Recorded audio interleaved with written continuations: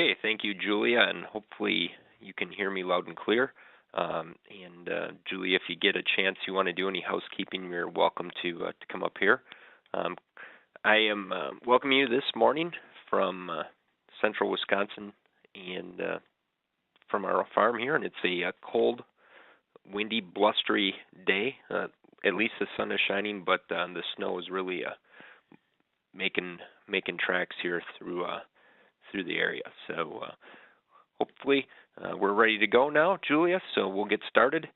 And a little background on myself: I have been working with GDS now for almost, I believe, 12 years, helping with the agricultural energy efficiency initiatives.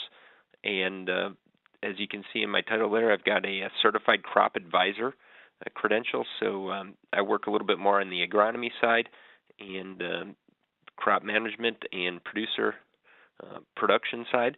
And while I'm not an engineer, I have a fair amount of background now through years of working with the programs and energy efficiency related measures on agriculture. So I'd like to just give you a little introduction here into some of the findings and my experiences with irrigation energy management, and we'll proceed.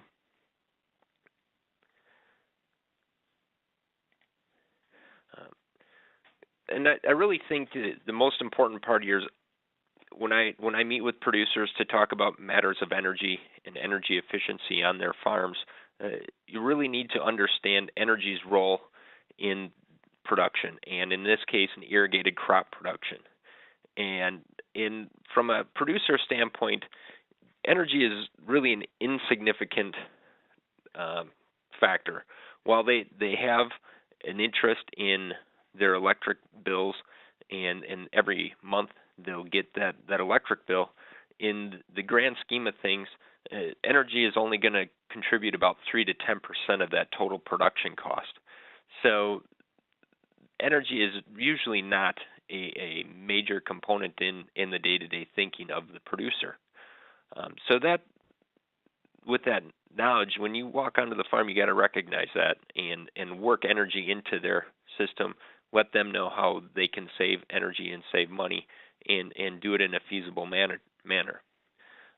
Another thing is there is marginal gains in energy efficiency in many cases, and it usually comes at a premium cost. So again, that 3 to 10% of production on top of maybe a small gain in energy efficiency isn't going to usually make a huge energy or cost savings. But again, it comes down to the bottom line and what's going to be feasible and what's going to have a good payback. Another issue is seasonality and time of use often restricts the feasibility of a system. And so when you're working with producers, you need to factor in that and inform them that in many cases these systems are only running 3 to 5 or 6 months of a year. So that impacts the long-term payback and the reinvestment into the products. Also, especially with irrigation, there are a lot of political and environmental uncertainties out there that hamper the progress and really change producers' outlook on how they're going to look at an investment and upgrading in the future. And really, in the end, the producers must decide: do they want to invest in systems with a multi-year payback into the future, or do they want to have some sort of profit recovery in the current? Producers they're farmers, they're producers, and they recognize that they need to, at some point, recover profits. So do they take that? Do they take their money now, or do they invest and recover that in the future?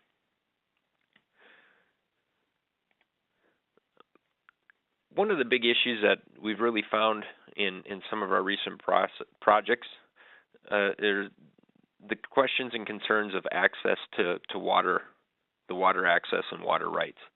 And if you haven't worked with issues of water rights, you're lucky. It can be a very complicated system.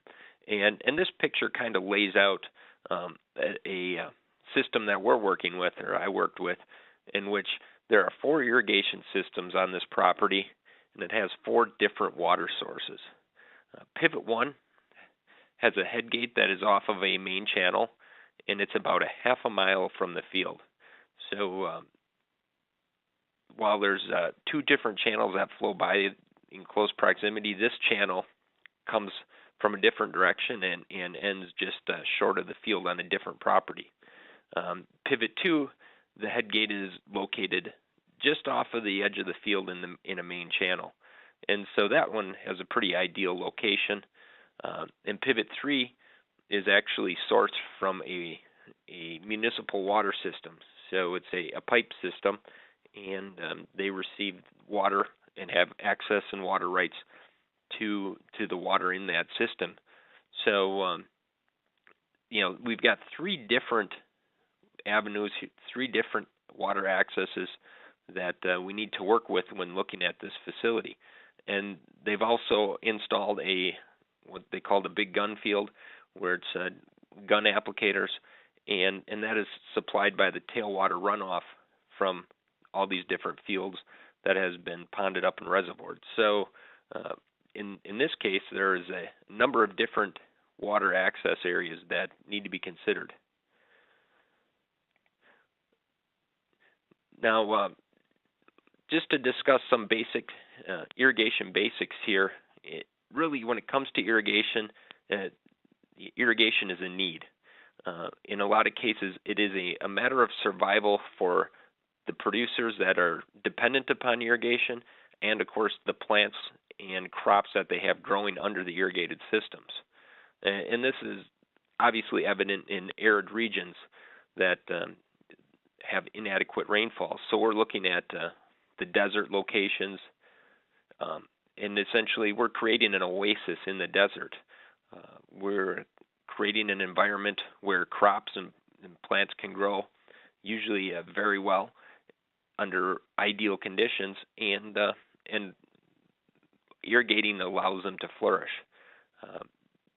In a lot of cases, there's limited surface residue and cover, so any water that makes it to these soils naturally, or even through irrigation, they're often susceptible to getting dried out and drying up.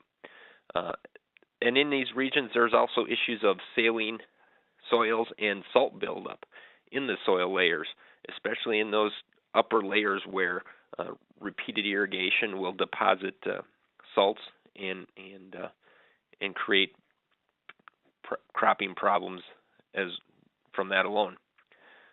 We also see irrigation occurring in a lot of sandy or highly permeable soils, and that's where we see a lot of irrigation here in the Midwest, in areas that traditionally might have enough rainfall, month to month or week to week, but because of the high sands rates in the soils, they just do not have a water holding capacity that will allow them to allow the plants to survive extended dry periods. We also see irrigation systems going in on high value crops, and these are crops where if there is a risk of a drought period or a dry period in which the crop could be harmed, the yield could be harmed, the value of that crop makes it high enough of a value to irrigate. So we'll see that in a number of crops like fruit crops and cranberries, or organic crops and garden and covered crops. So if the value is there, it may justify utilizing irrigation. We also see a lot of irrigation in high-value services, and this is a group of industrial components like golf courses, corporate headquarters, and I put on here Tom Selleck's ranch. And in the end, I think we need to start looking at how we value these services according to the value of that water, and is the value we're getting out of these components worth what we're losing in the water rights, and on down the line, because water is really becoming a very valuable commodity. Now, continuing on with the basics here, there's a couple basic water sources that you will find across the landscape.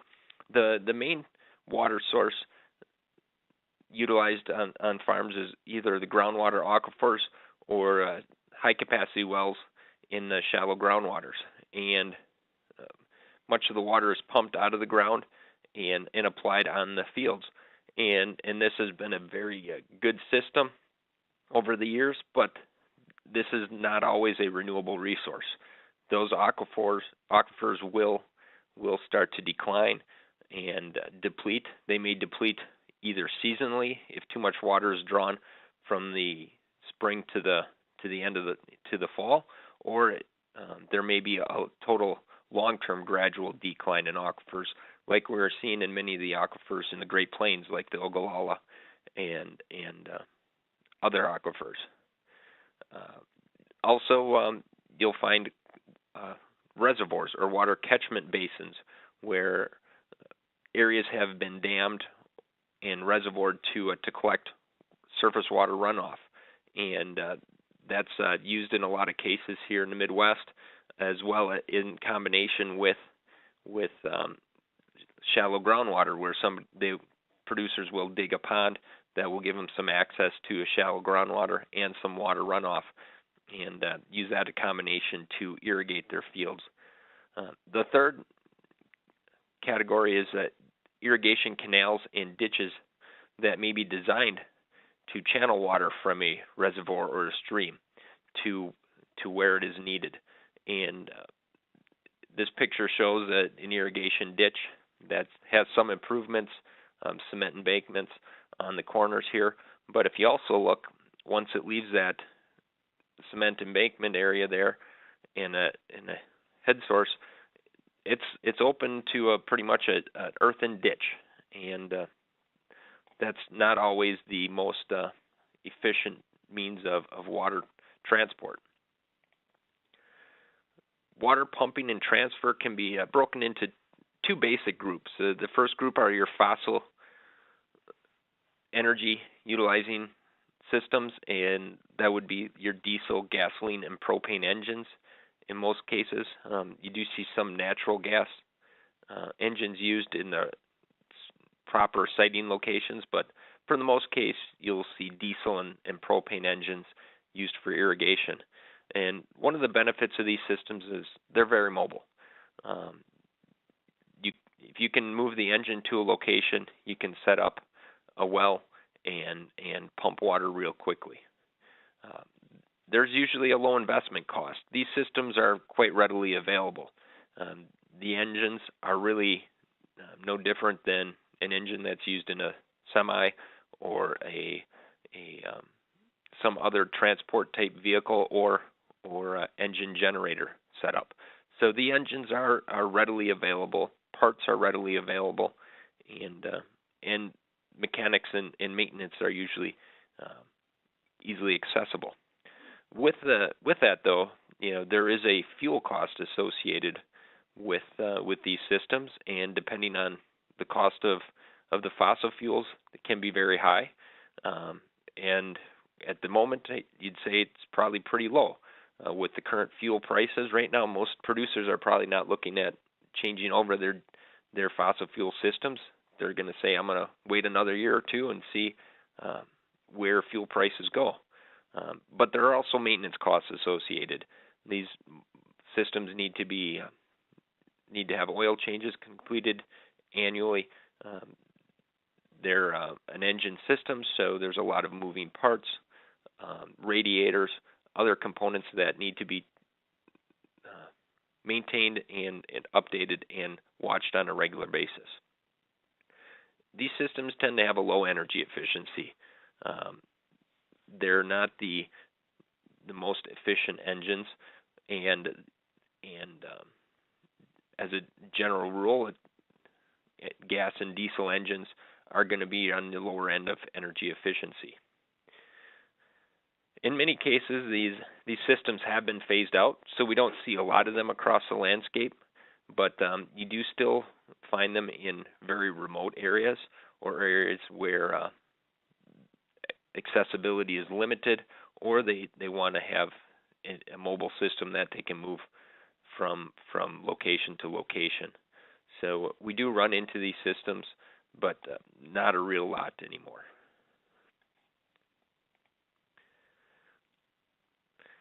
The next category is electric systems, and electric systems now are pretty much the mainstay. Electric systems allow for a high volume, a high pressure system, but it requires access to three-phase electricity. So that can be a limiting factor if your location does not have a connection to three-phase electricity. There are ways around that through inverters and different setups to produce a three-phase on site. But for the most part, you're going to need three-phase hookup accessibility to make the systems work. Electric systems have a low maintenance system, or they're a low maintenance system. You've got sealed bearings, and an electric motor is pretty dependable. They can last 20, 30, 40, 50 years, and have minimal upkeep. So from a maintenance standpoint, electric motors and electric pump systems work very well. The energy cost, though, can vary depending on the situation, the rate structure for that utility or cooperative that the producer is hooked up to. And this is where cost can become an issue. Depending on the payment rates for the producer, an electric system might be very costly if they need to cover a large load cost, as well as issues implicating to hook up and line upgrades. So energy, while electricity tends to be a very reasonable energy source, it can have some volatility and be dependent on site situations. Another big issue that we're seeing in the irrigation world is there's a major decline in infrastructure. Many of these systems have been implemented or have been used for 30, 40, 50 years, and while they've been able to withstand time, you can tell that there is a need for investment into the systems leading up to the pumps, be it the irrigation ditches, the channels, the water collection basins, or the wells themselves even, updates to wells, redrilling, pump and motor changeouts on wells. So there's a lot of opportunity out there to improve the infrastructure. In this case here, I show a drip irrigation system that was installed at the end of an unimproved ditch and water catchment. So essentially, the water flows through a sand ditch to the end of the line, into the ditch, and is collected and pumped into a $250,000 drip irrigation system. So from a water saving standpoint, we're going to save about 20% water savings in the field. But how much water was lost en route to that field? That's a big question and a big area for water efficiency savings. On the same side, how much energy is lost en route? Because that energy is being transferred through the ditch as well. And if a system were set up where it was piped to the field, the energy is reserved and saved in that piping and could be used to pressurize the irrigation system, add pressure, and create a pressure head to run these systems once it gets to the field. And in the end, when we look at a system like this with drip irrigation, there might really only be a slight net increase in energy because this water needs to be filtered, and you can see that the water's a bit murky and has soil particles in it and fine soil particles. So that needs to be filtered out before it goes into the drip irrigation system. So you may actually increase the load on the system because you've got to filter that water and back flush and clean out those filters after on a regular basis.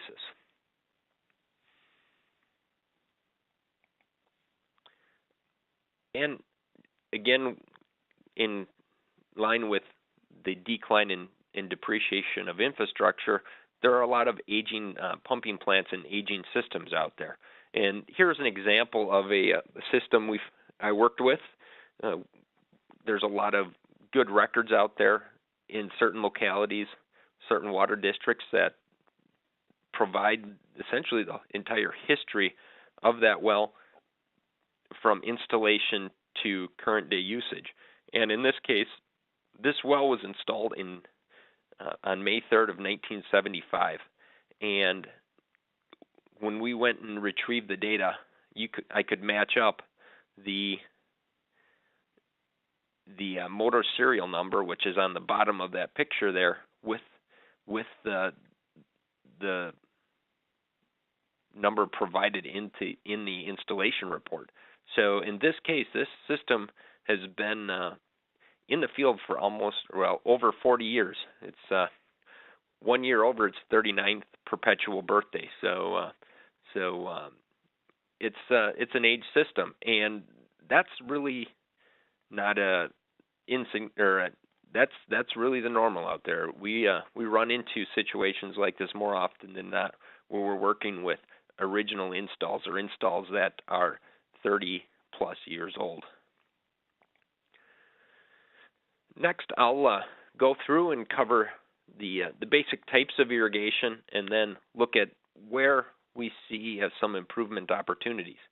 So, in the basic types of irrigation, we're going to cover.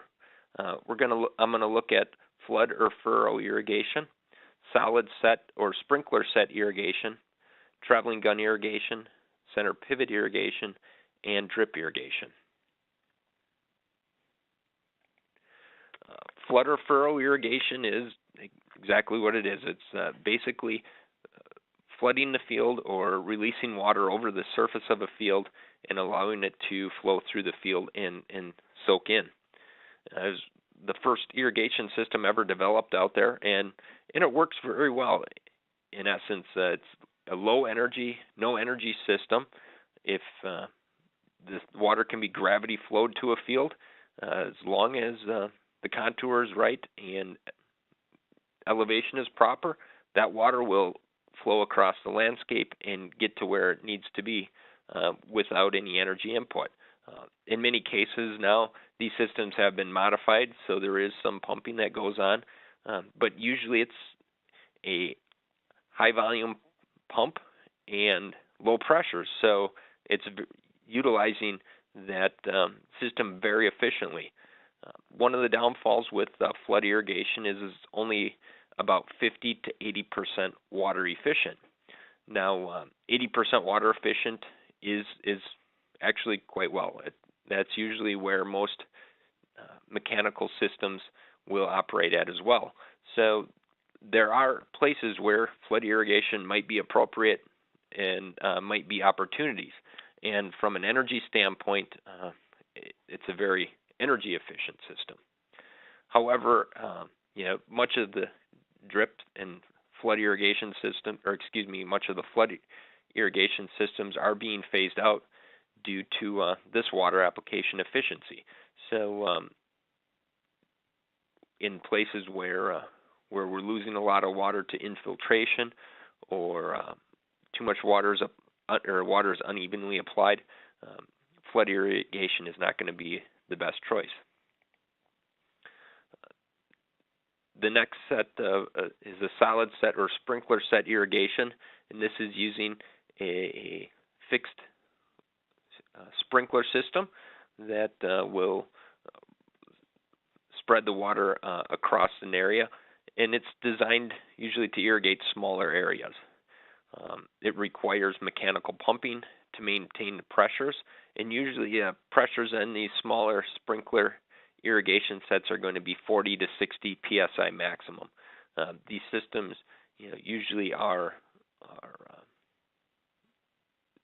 put together, so it's not permanently put together. So there are rubber gaskets that can leak easily, that can blow out if pressures get too high. So the pressures need to be at a moderate medium rate. These systems tend to be more labor intensive, and thus the reason you usually see them more in a smaller scale operation, where they can be worked with and worked into the operation much more easily than a large system. And with these sprinkler set systems, water application efficiency can be up to 80%. So they can be fairly efficient in the irrigation world. Next is a traveling gun irrigator, and again, this system will usually irrigate smaller areas, but does allow for the increase to irrigate on larger areas. And the application efficiency, like the sprinkler sets, is up to 80%. And this system also utilizes mechanical pumping and maintains pressures up around 80 to 100 psi. So we have a little more pressure. You can see we're moving that water a much greater distance and able to irrigate a much larger area. This system can be labor intensive. It requires turning the machine on and off. Usually it requires making sure it's staying on track, and hoses and components are working properly. And it also requires an unimpeded travel route. So it needs to have a pretty flat, clean area to work across. One of the issues that a traveling gun system will have is it'll apply at a variable rate in windy conditions. If the wind's blowing hard enough, it will not be able to make its proper water pattern, and you'll have areas that do not get enough water or may not get irrigated at all, and areas that may get over-irrigated because the water's being pushed by the wind. The type of irrigation system that you see out across the landscape the most is this center pivot irrigation. And a center pivot system allows for the irrigation of larger areas, usually 40, 80, or 160 acre increments. And these systems allow for a high volume of application. It can range from 450 to 1,300 gallons per minute, and some half-mile systems may even go higher. So these systems can work under a range of pressures from high as 120 to a low pressure of 15 pounds per square inch. One of the nice things with center pivot systems are they have a very low labor intensity. These systems can be remotely accessed now, so you don't even have to be on site to turn the systems on. In most cases, they have an automatic turn off. So these systems are really designed for convenience and work well, and that's why you see a lot of them on the landscape. And the water application efficiency can range, and it ranges according to the pressure, but 80%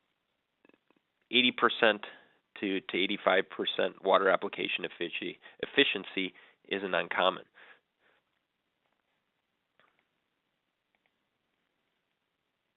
And with pivot systems, there is this opportunity for pressure reduction. And in a lot of systems, pressure has already been reduced in some case. The center pivots apply water through a nozzle, and then to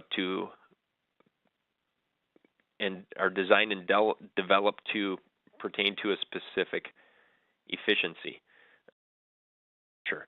So in a lot of cases, these systems can be designed to reduce the pressure and the energy input then by 20 to 50%.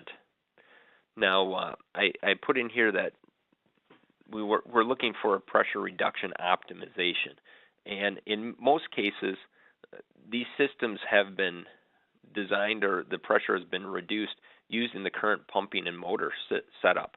So you will have a high pressure system with a large motor, say a 100 horsepower motor.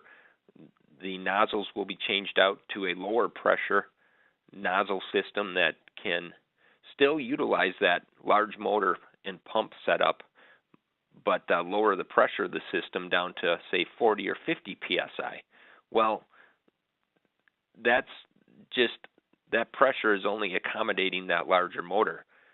In reality, that system, if it was optimized and the pump and motor were pulled, they could be matched to produce an even lower pressure, and in a lot of cases manage the well and the pumping at that site better.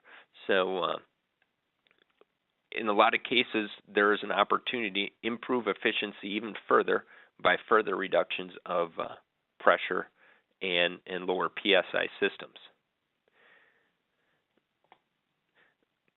Now, when converting over to a low pressure system, other things must be accounted for. Like in a lot of cases, if the system has an end gun, a booster pump will likely be necessary when that end gun is activated on the corners of fields or in other locations. And some systems will also require incorporation of electric motors and drive wheels.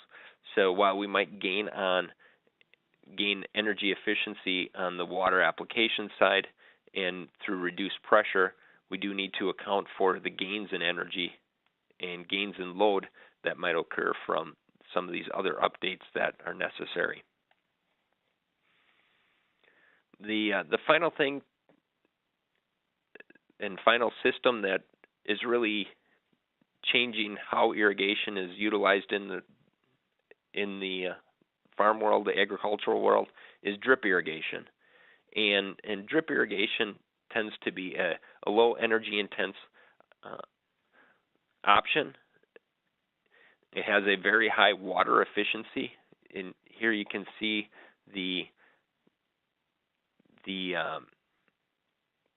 drip lines integrated right into the field there off of a main line. However, these systems can be labor intensive. There is a lot of maintenance that's required in making sure these lines are working properly. They're not getting plugged. They're not broken or blowing out. There's also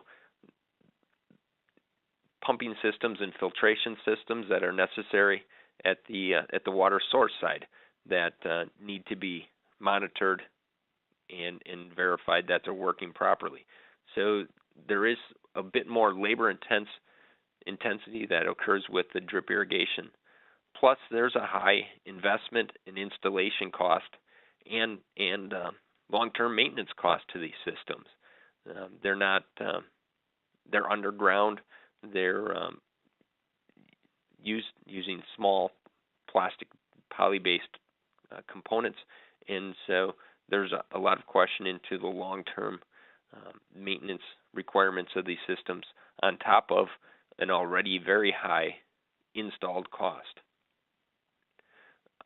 And another thing we're finding is that the energy loading on these systems is often dependent on the filtration system and the backflush of the system in the water filtration side.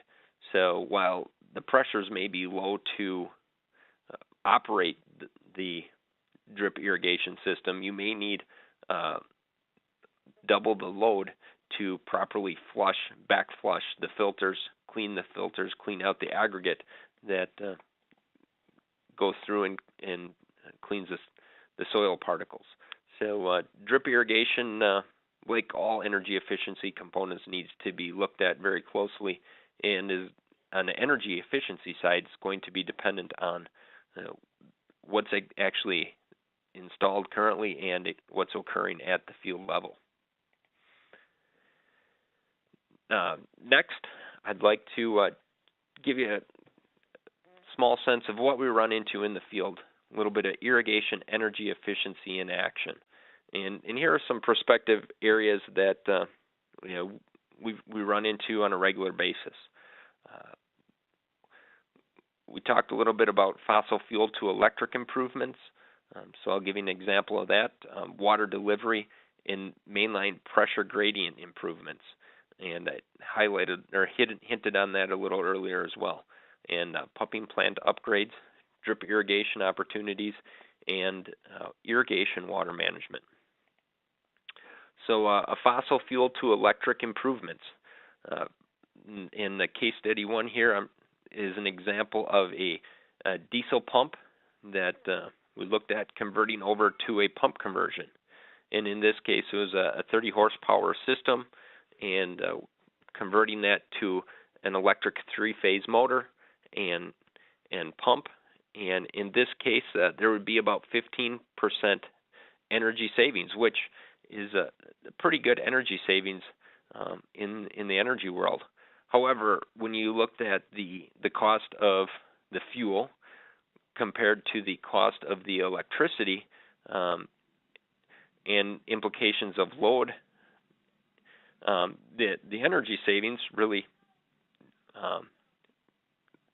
were watered down a little bit. So we're looking at, in this case, only $198 a year in energy savings. And on a $200,000 or $20,000 project installation cost, it really doesn't make for a very feasible conversion.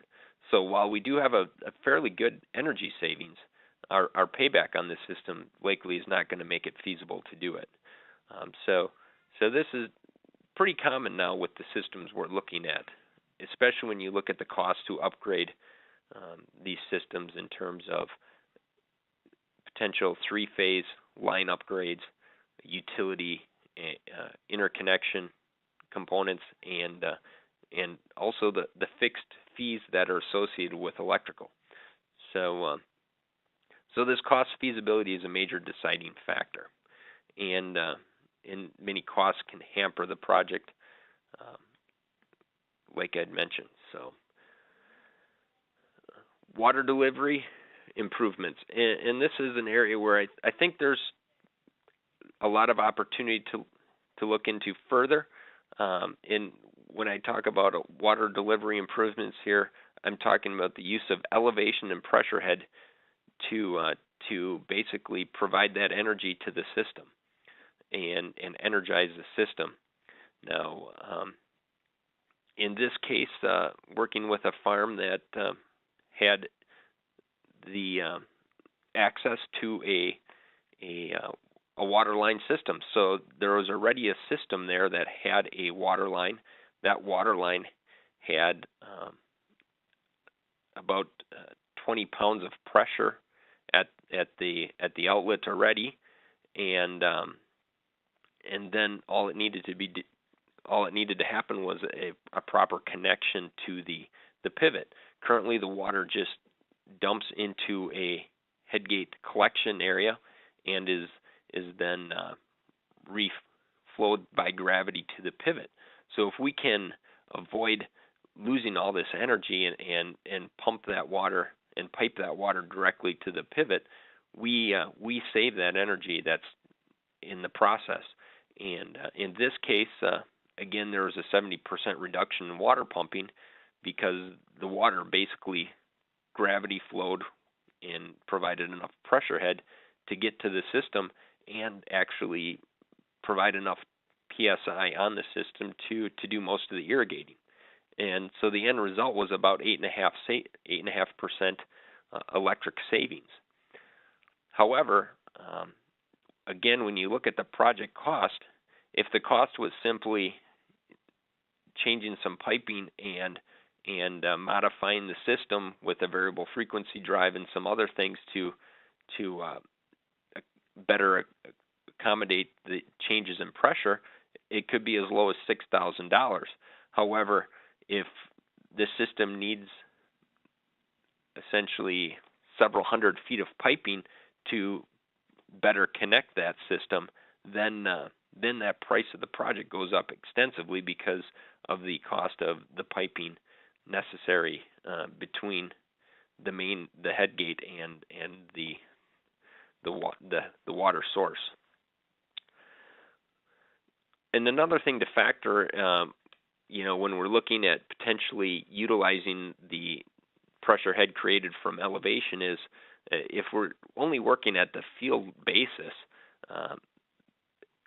you're pretty restricted, and you're going to see minimal gains because that field has a change in elevation, and at one point that irrigator probably is at the same elevation or near the elevation of the head gate or where that water enters the field. So at that point, you've lost all that energy. You really don't have a pressure head to work with. And so to really be effective, we need to look further up into the elevation, further up into the system here to figure out how we can better capitalize and utilize the energy created. I really think for these types of systems to work and to maximize off the pressure and energy stored in these water channels, we really need to expand the opportunity further up the main channel and try and figure out how to encompass that energy better. Another component is a simple pumping plant upgrade, and in this case, we looked at improving this system up to a roughly an 82% efficient pumping plant. In 1952, this system was originally installed with a 100 horsepower motor, and almost immediately they must have realized the horsepower rating or the load on the system and the pump were too large, because they reduced the system to 80 horsepower in the first month, and that system stayed installed through the 80s, and at some point in the 80s that system was updated again, and a new 60 horsepower pump and motor were installed, and the system was likely reduced to a low pressure system. Upon our completing the energy audit here, we conducted a pumping test, and it demonstrated that the system had a pumping plant efficiency of approximately 52.4%. So quite a bit below optimum that we'd be looking for in that 82 to 85%. The seasonal and one of the big issues with this system is seasonal and total aquifer drawdown was actually causing air surging and cavitation in the pump. So that water was getting pulled out so quickly and so fast that it was starting to exceed the refill capacity of the well, and it was pulling in air. So in this case, this system can be reduced quite a bit in load and pumping capability, and a proper pump installation of about 30 horsepower will save considerably, almost $4,500 a year, and under a estimated project cost of $28,000, we're looking at a simple payback of about 6.2 years. And with incentives and cost share from different programs, that will be brought down considerably to really make this a project that will likely be moving ahead. And in reality, project opportunities like this appear quite often and are pretty common throughout the Great Plains and especially Colorado regions where we are working right now.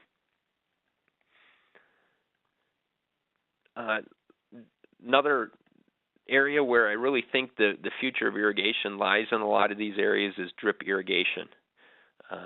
However, subsurface drip irrigation is proving quite costly. In this case, we're looking at on a 120 acre field about a $328,000 investment. So it's a pretty major investment, and from an energy savings standpoint, you're only going to save about $6,500 a year. So that the payback on this system is not very good from an energy basis. So these energy savings are significant, but likely not feasible to implement on an energy basis. So really, the future of drip irrigation probably rides on the value of saving water and water savings, water application efficiency. And you might say, well, 50-year payback, that's really not worth it at all. But, however, this producer is looking at essentially a 20-year life of this well. And just doing the simple math in the field, he figures at 2.5-year drawdown on the aquifer in 20 years, that well will go dry. So when you look at it from that standpoint, maybe we need to start looking at how drip irrigation is going to work into the future of agriculture, especially in these Great Plains area, because that's likely the only option. And so I provide this in the reports. I realize it's not, many of you will say, well, it's not feasible, it's no way it's going to happen. Well, there is likely going to come a point where it has to happen or there is no alternative. So I think it's good people are aware of the costs and the implications that are going to be associated with these systems. Or else, in the end, we're going to have another potential victim of the tragedy of the Ogallala Commons. So it's something we all need to be thinking about in this irrigation world. The final area here I want to cover is irrigation water management. And we get a lot of interest in this. A lot of research is being conducted into opportunities for irrigation water management, some new technologies that make it work. And so the interest in the application of improved irrigation water management strategies is really expanding and growing extensively. And these systems utilize a combination of weather stations, soil probes, real-time monitoring, and automated irrigation controls to optimize the system, optimize the timing and rates of application according to the environmental conditions, the soil characteristics, and the environment at the time of application. However, these systems do have some limitations. And one of the bigger things is while these systems have been proven in the smaller scale in areas where the production is highly management intensive and everything is watched closely, places like greenhouses, niche crops like fruit crops or cranberries, these systems have worked very well. However, these systems have proven difficult to apply at a large scale or even a whole farm level. And in a lot of cases, much of the data is theoretical. So theoretically, the farm could save 1 to 2 inches a year. Well, it may not be the case in every year, and it may not be the case for every farm. So a lot more research needs to be conducted in this. And I especially think about the situations where we're working in the more arid regions in the Great Plains in the West, where these operations are working in basically water deficit situations. So while their irrigator irrigates for 4 days, it really needs to almost start up immediately to make sure that the total area can get the water it needs, or else the plants are going to die. So there really isn't much chance to save there, and the risk may not be worth the potential reward if you don't get enough water and your plants dry up. So in this case, if we were to look at implementing irrigation water management, the farm could save an estimated 1 to 2 inches of water annually. This would be equal to about 328 acre inches of water. So a pretty considerable water savings, and through reduced pumping, we'd look at almost $1,900 a year in energy cost savings. However, we really need to look at the implications of the maintenance of these systems and the long-term applicability, because a lot of the producers that I've worked with in the field that have implemented these systems at some level have really backed off in using them, or found they just didn't work in their operation.